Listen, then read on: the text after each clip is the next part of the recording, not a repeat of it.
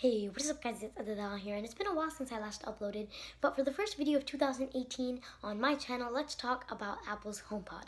So it's Apple's Siri-enabled smart speaker, which is kind of like Amazon's Alexa or Google's Home, but it has Siri instead of their smart speaker assistants.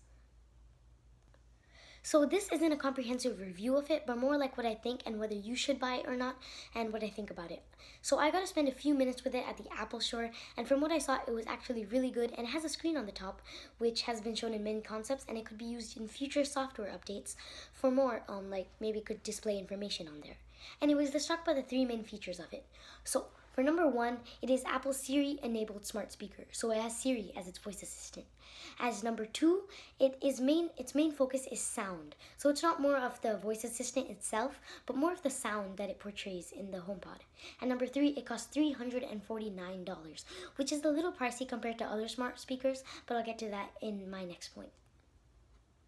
So first, let's talk about the $349 price tag, which is what all of y'all really want to talk about. And it's actually very suitable for the HomePod because the Google Home Max is $399 and it's huge. And I'm not sure about the sound quality because I haven't really tried it yet. And the Amazon Echo Dot is $49. And its sound quality is okay, but it's very limited in its capabilities.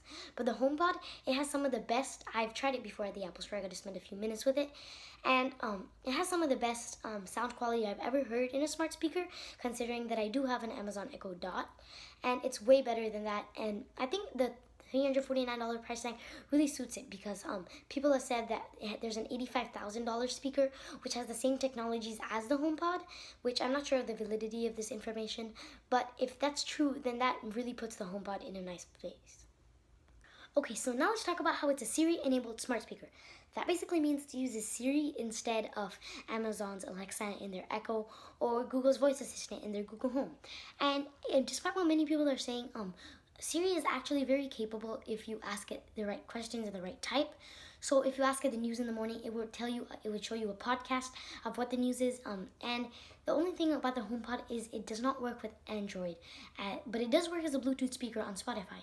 So if I do go on the HomePod and I connect it with Bluetooth, then I could say Siri skip the song on Spotify, and it would skip the song if I had the skips. But usually it would most likely work with Apple Music or your downloaded library. So yeah, that's kind of the main point. And if you don't have Apple Music and you don't have an iPhone, then the HomePod is not the accessory for you. It's more like the Apple Watch. So it's like an accessory for your iPhone, an extension of the Apple ecosystem, but it's not for you if you don't have that, if you're not in the Apple ecosystem already. So I think the HomePod is a great speaker if you're looking for a speaker in the mid-price range and you want really good sound and you are already in the Apple ecosystem, because that just makes the HomePod the ideal choice as an extension to all your electronics that you already have, your MacBook, your iPad, your iPhone, your Apple Watch. It's just another extension. And yeah, so that is it for this video. I really think that you guys, if you guys are looking for that, that's the HomePod is a product to buy for you. And yeah, that is it for this video. Thank you guys so much for watching. Subscribe to my channel, and I will catch you in the next one. Peace.